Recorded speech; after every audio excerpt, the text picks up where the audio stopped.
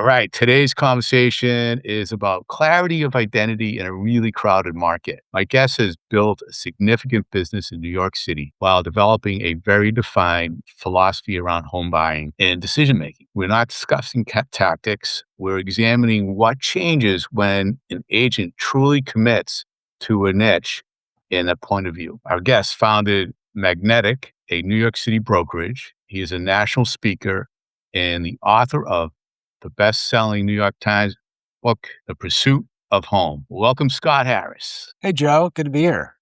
Yeah, it's great having you, Scott. I'm looking forward to this conversation. You've really created quite a unique firm. Look and feel, as soon as you pop open that website, it's distinct. And that's not easy to come around. So you were in a general brokerage before you created this, correct? You've been in this business for quite a while. I was at two or three, I guess I should say three big box brokerage firms.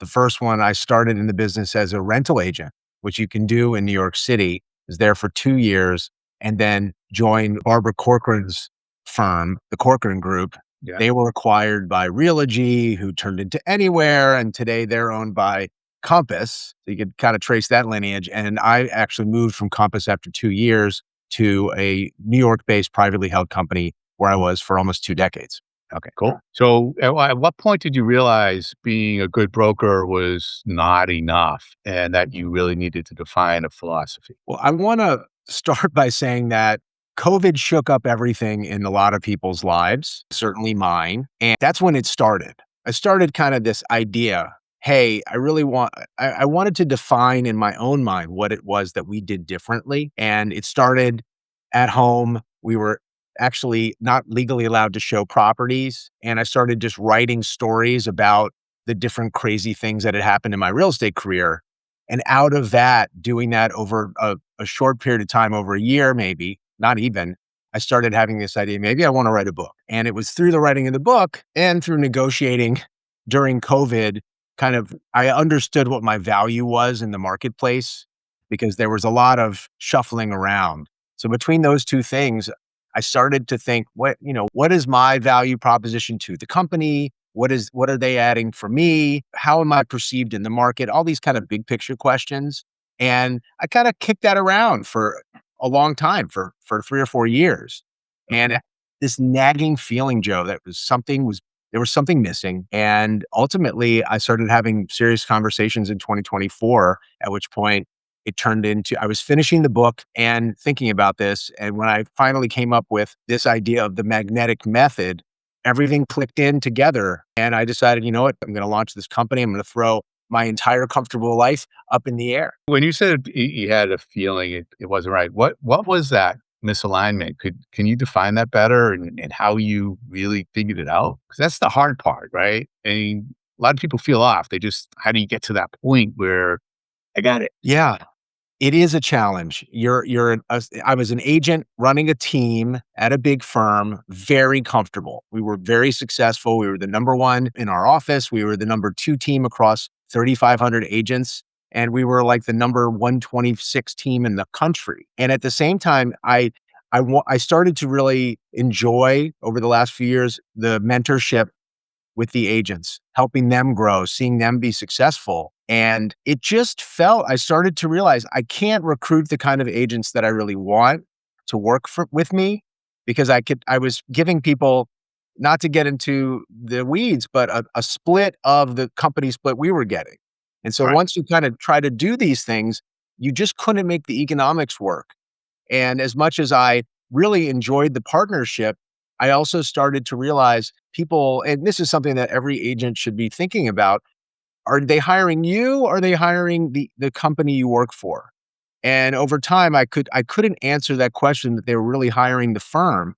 They were hiring me. Of course, I wanted to stress test this. I asked like 50 clients in confidence, hey, I'm thinking about launching my own firm. Would you support me? Would you continue to give me business if I move? And the answers were definitely encouraging. Somebody would say to me, "Where do you work again?" Which is the best thing. That's great. It means that they really do hire you. Yeah. And then other people said, "Oh, I'd like to invest in the company. Can I do that?" Things like that. And ultimately, I was getting the confirmation that I needed. I had a couple people tell me straight up, look, you're going to have some edge cases where people really do need to hire the quote unquote name brand. And so you'll probably lose some business that way. And I wasn't going into this like all rose colored glasses. I knew this was going to be a transition, but ultimately the decision, I thought I did enough homework to realize it was that feeling, that sort of nagging feeling started to emerge into more of once I saw it, I couldn't unsee it.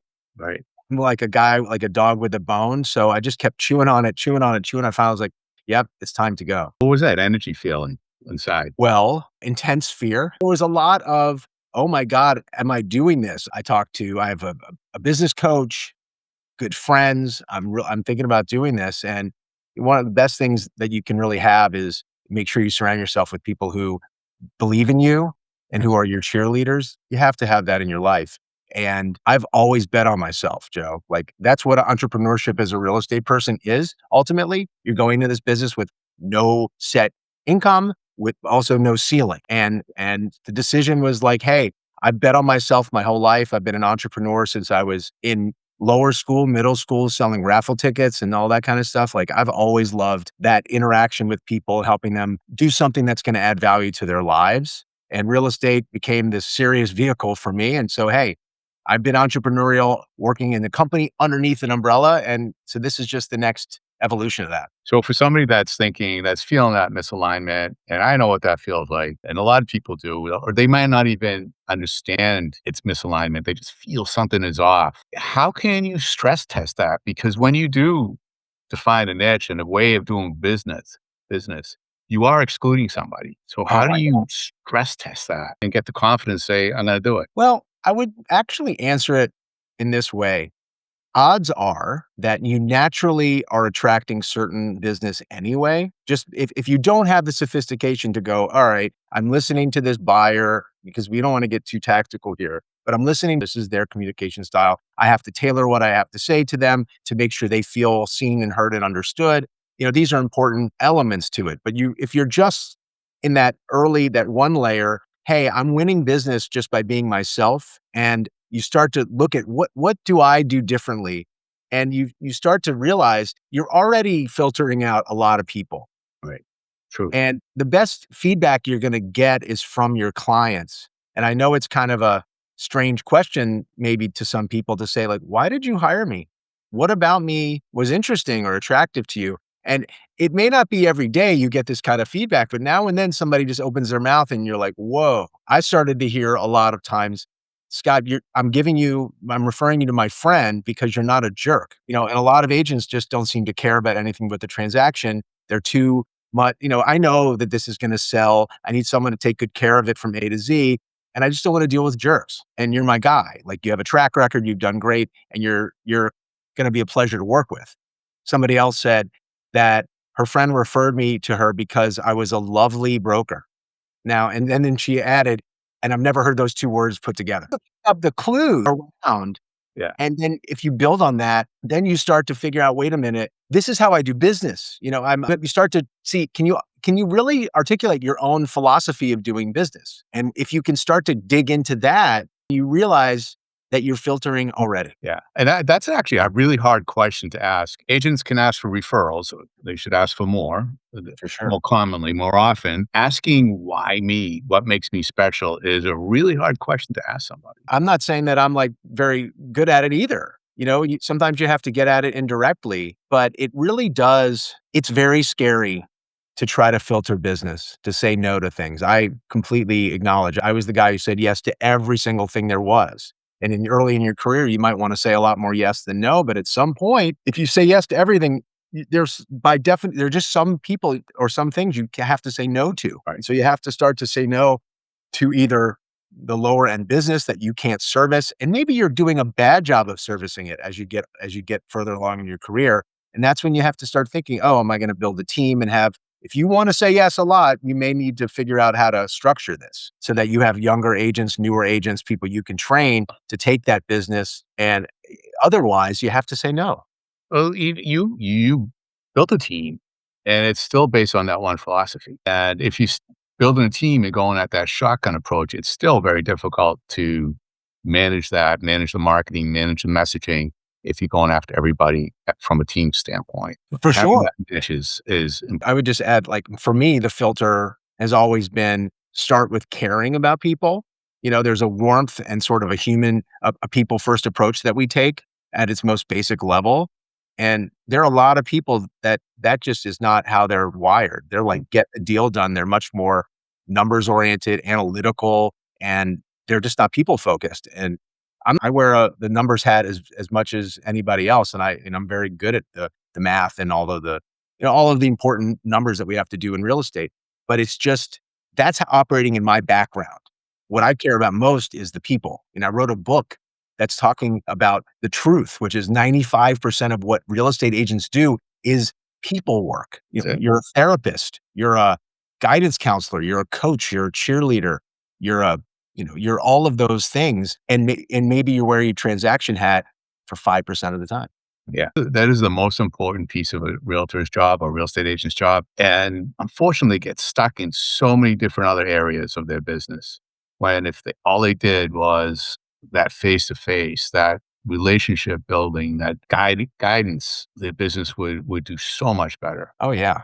Yeah. A lot of what I would, and I say all the time to my agents is just make a list of what you do every day. And you will figure out what you're doing that is completely unproductive on any level. I'm not saying that spending time with your family is not productive. I mean, there's time and then there's time. Right. During the course of a workday, you realize, oh my God, I spent how many hours watching TV? I spent how many hours scrolling through? I mean, just pull away just the most basic things. Like, I actually could dedicate much more time to productive activities that help my business grow.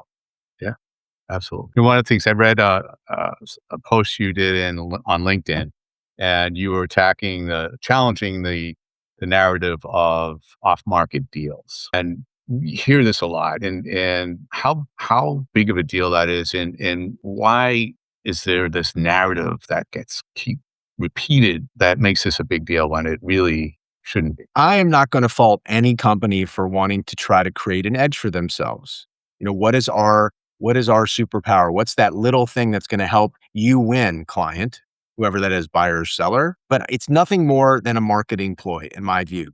4% of those off market, listing pool of listings actually sell off market. That is to say, if I'm a real estate agent that's been doing this for any period of time and I'm good, I've developed so many relationships with the brokers who actually do business. Right. I call them anyway. Hey, I've Right. got a listing coming on. These are people that I like that haven't stabbed me in the back. I've had very few bad relationships with agents. Most people I'm professional. I get it done. I don't have to love you. It's not like TV. I'm not sitting down and having coffee and drinks or lunch or dinner with these agents, but we are professionally in sync. I call them, they call me. Hey, I've got something coming on. We've done plenty of business that way off market. But as a company to say, oh, we're creating this network, it's not about the company. It's about the agents. If you're a bad agent, you don't have any buyers. Or if you're a new agent, you might just not have any clients. Off market or not makes no difference. You don't have anybody for that listing. And it's like fun to think you have some special in, but it very rarely does it actually turn into business in the best of circumstances. Right. It's just like one more tool in the toolbox. And I have that tool because I've been doing this for a long time. I don't have to work for a company or have a company that cornered the market somehow on private listings. I think it's just a shiny object. Yeah, and well, it's a tool to gain market share, and the fear, and it could be a reality at some point that there are some fewer companies are gonna own more of the listings. Well, yeah, what I would say, sorry to interrupt. I would just No, say good. these big companies, they're companies that handle luxury product or they have a niche in their market. And some of these companies with all these mergers, it's like they're turning some companies from Tiffany to Walmart. Right. And do you want to associate yourself with someone that is going to market your property in one way only? Or would you rather somebody who can really customize what you do and have the resources to do it? In order for a big company to be profitable, there are only two ways to do it. It's have more commission and give less of it to the agents or raise fees. That's it, plain and simple. And if you have a huge overhead and a debt load to do, I mean, that's what's going to happen. So I'm not worried at all about the competition of a big company. I'm touting the fact that the other side that the agents don't think about, which is that they tie up independent contractors with extremely long clawback time on their agreements. They might give you money, but anything above the line, above their regular gives, they can claw back for up to 3 years. Right. So you're not an independent contractor anymore. I tell my agents, like, look, we want you to stay because you love being here, because the culture is great and you're closing business and you're learning a lot and you're maximizing your potential, not because you're trapped, and you don't want to be trapped by your success. That's the craziest thing, Joe, that people, as they get more successful at big companies, can't leave. That's They right. they have less freedom. That's not what you want. That's a really good way to look at that. So to switch up a little bit, you work with a lot of buyers who are remote. That happened quite a bit in North Carolina and some of the hotspots going back to COVID. It's always been the case where I was on Cape Cod. It's really a unique challenge. How do you build that business when they're looking at Zillow, they're looking at headlines that really don't get into the truth of what's going on in the marketplace? How do you build that bridge between reality and what they're hearing? It's a pretty big mountain to climb at times. You've got people that are watching TV and they're looking at social media and everything looks beautiful. And then when they finally do start looking at real property that needs work, that could be a bummer, real downer. And if they're not in the market, they're only seeing headlines talking about the market, which is there are lots of little pieces inside of that market. And and hang on, we had a little noise behind us. Our robot overlord in my house decided to talk to me. There you go. In order to build trust and really help, there's just this educational time that you have to dedicate to whoever you're talking to. I sold an apartment. We spoke back and forth for about 4 years. And he Wow. was stuck in Japan during COVID. And I would say every 3 months or so, I would engage with him and say, hey, here's where the market is. Here's some trades, da da da da da. He started thinking he was going to spend 10 million. He ended up spending 15, but we built that relationship over years. Yeah. So when he finally transacted, he said to me, hey, my comfort level, and you have to really listen, is that I don't want to buy, I don't want to catch what they call a falling knife. I just don't want to buy when the market's going down. If I miss the bottom, I'm okay. I just want to buy on the other side of it so that that I just feel like I've made sure that at least I didn't capture things as they go down. Right. So I said, hey, the market's turned. It's time. I think we've hit a bottom and we had built enough trust over a period of years. And then obviously you can shrink that depending on the buyer, depending on the size of the purchase. Right. Somebody spending $1 million in New York, it's just not as big a purchase here as it would be in other markets. $1 million can get you like maybe a decent sized 1-bedroom condo here. Yeah, that's a very different market. One of the challenges with the headlines is agents start to believe it too. And that's where I did a survey last summer talking to agents about what's going on in their marketplace. So many of them were blaming the headlines, and so many others were crushing it because they didn't care about the headlines. Yep. Keep your agents above the fray. A couple different ways. First, when we look to hire agents, we give them an assessment custom assessment that we have to understand like what is their mindset, what's their default.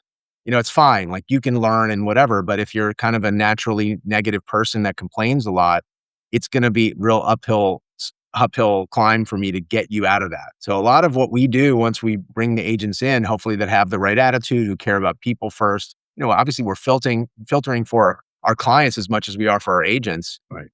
We have a Monday morning meeting where it's just a motivational meeting. It's just a quick 15-minute Zoom. We talk about just how all the good news. I mean, most of what I spend my time is looking for what can you look at the news and have something uplifting and positive to say about it. There was something that someone told me a long time ago. You can either have reasons or you can have results. They're just another word for excuses. And you can find every reason under the sun that you're not being successful. And we go to open houses, we talk to agents. Oh, the market's so bad. Oh, it's so bad. No one wants to buy, blah, blah, blah. And we're having our best year, like you said. So a lot of it is just saying, look, there are going to be so many transactions. There's going to be so much volume in any given market.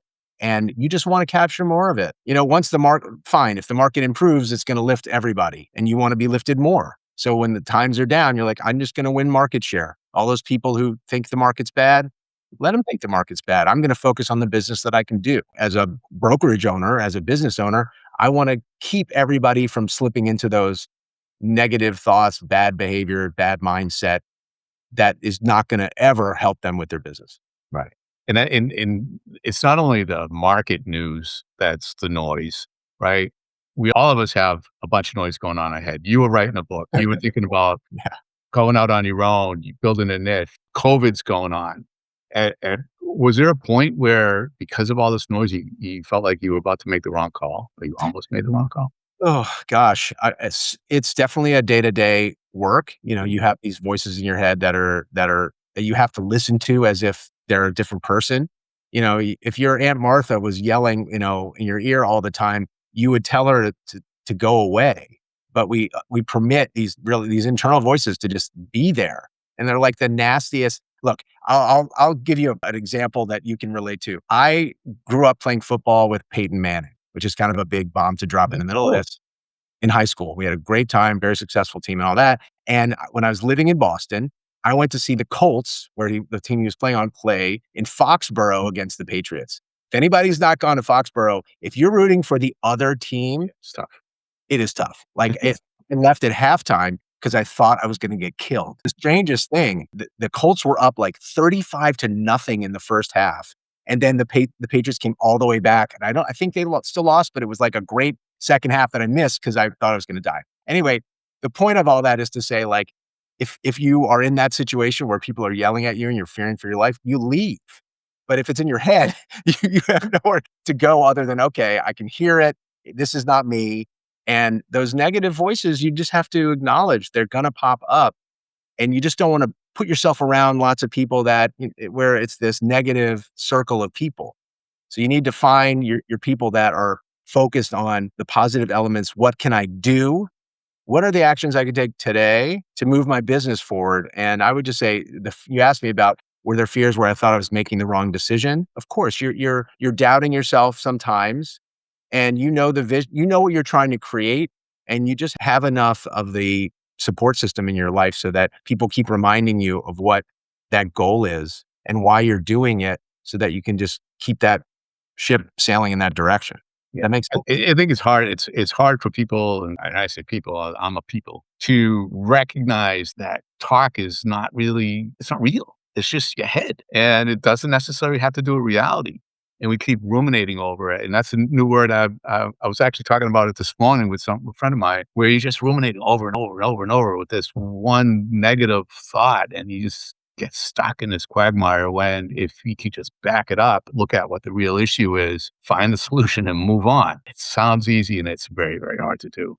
Yeah, I think to cut through all of this is to talk to my agents out there and say, like, "Hey, when you look on social media and you see so and so, got a new listing, or they're advertising, I closed this deal, or they're giving a tour or whatever, probably half is BS, and they're dealing with the same stuff that you are. They're just, one day they're going to win something and one day they're losing, and they're not putting the losing part on social media.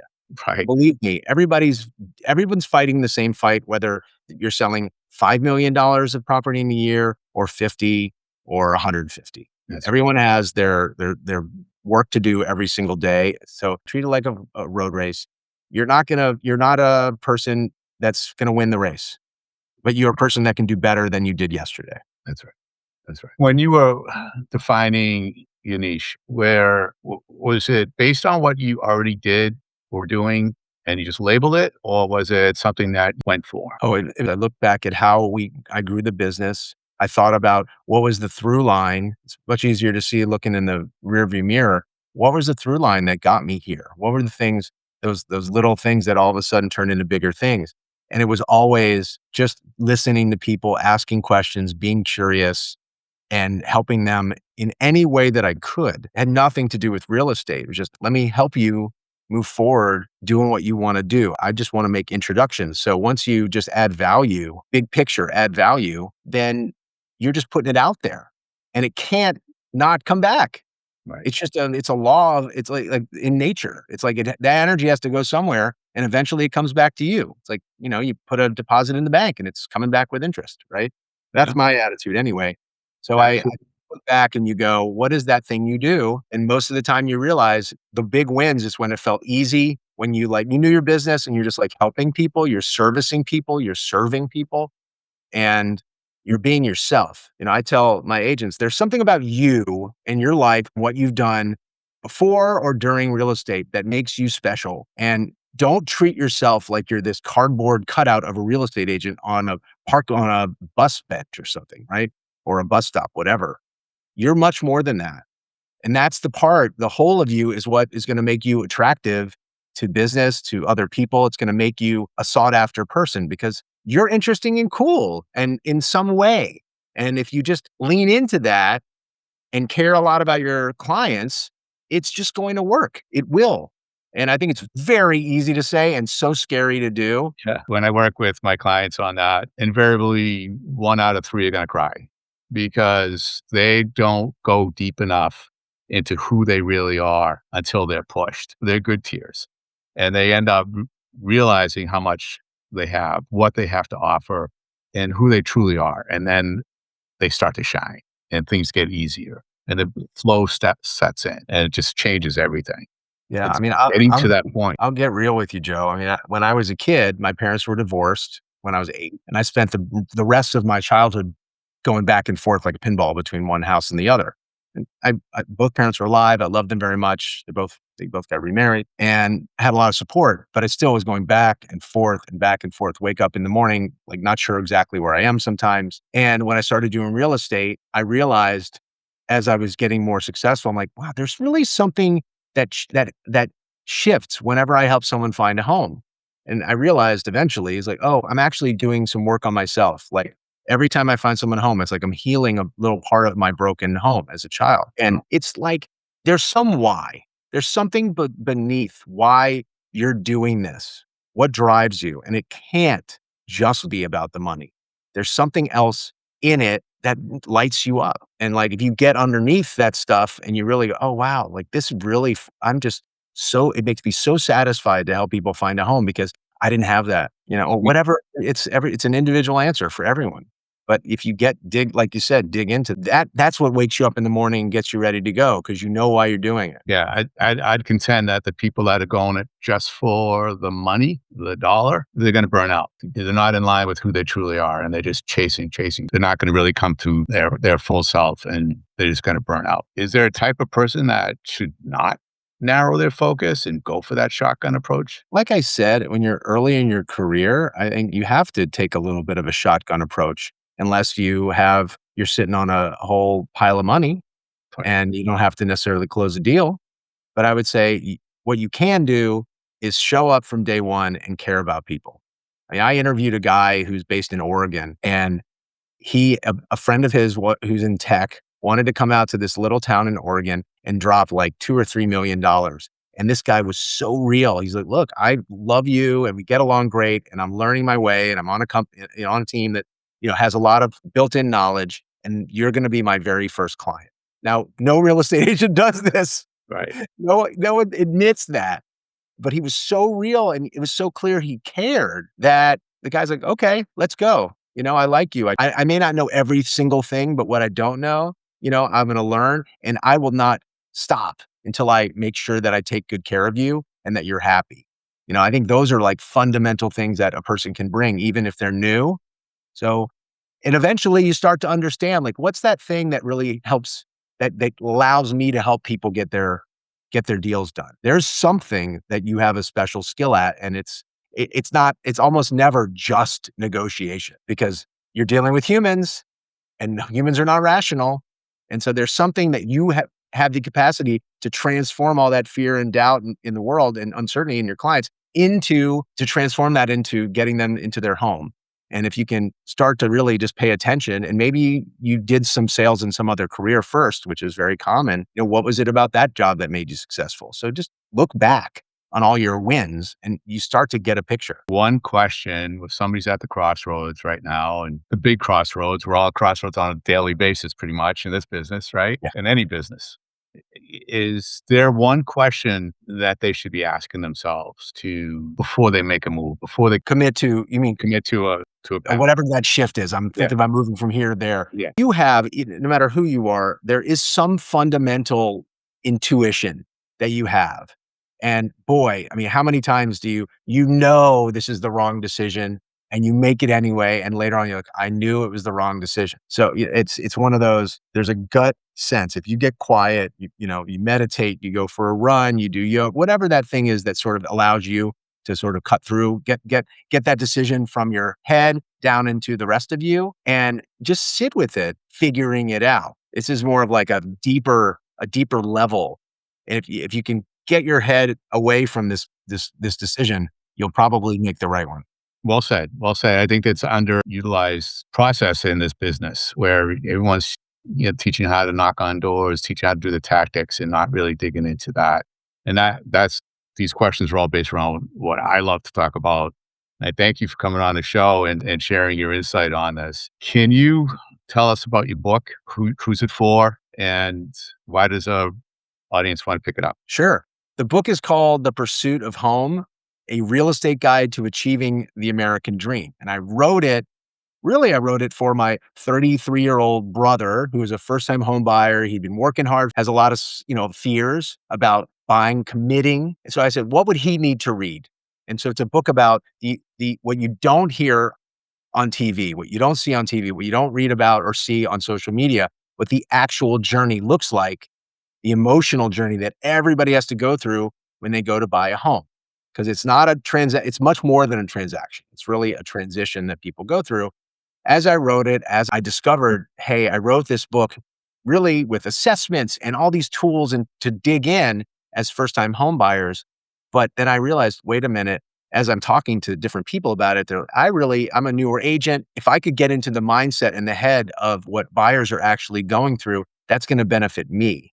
So there's this first-time homebuyer group of people that I think it really helps for people who haven't been in the market in some time and forgot all those emotions that they go through. And for real estate agents who want to understand the psychology of real estate a bit better, because anything you do to understand people and what they go through, this is the most stressful thing they put themselves through that is crazy stressful. That's right. And if you can understand what they're going through, you can really communicate in a very different way. You can anticipate their problems. You can communicate, hey, you're about to go through this. This is normal. It's how can you be a bit of more of a therapist and a much better communicator? You're going to keep everybody calm. So it's for both people. People have called me, emailed me and just said, wow, this is really helpful to understand what I went through. I wish I had this book before I bought. I'm going to share this with X, Y, and Z. I'm going to buy it for my adult child before they go buy a home. And then other agency owners are like, I really want my agents to read this because they're banging their head. Yeah. Where can they buy? Go on Amazon. They can do all the places where people buy books. They can also get a lot of free resources on my website, which is pursueyourhome.com. They go on there. There's a bunch of assessments, which include what are the questions you want to ask yourself before you go to buy?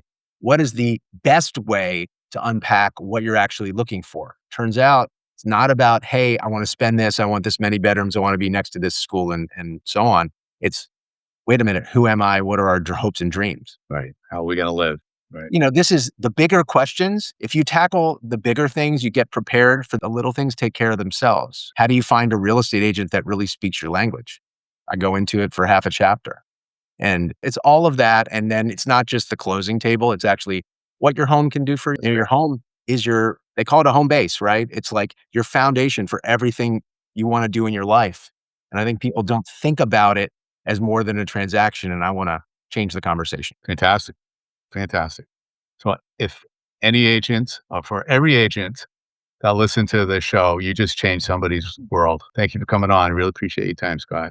Oh, it's such a pleasure. I really hope to hear from a lot of people out there. That'd be great. Take care.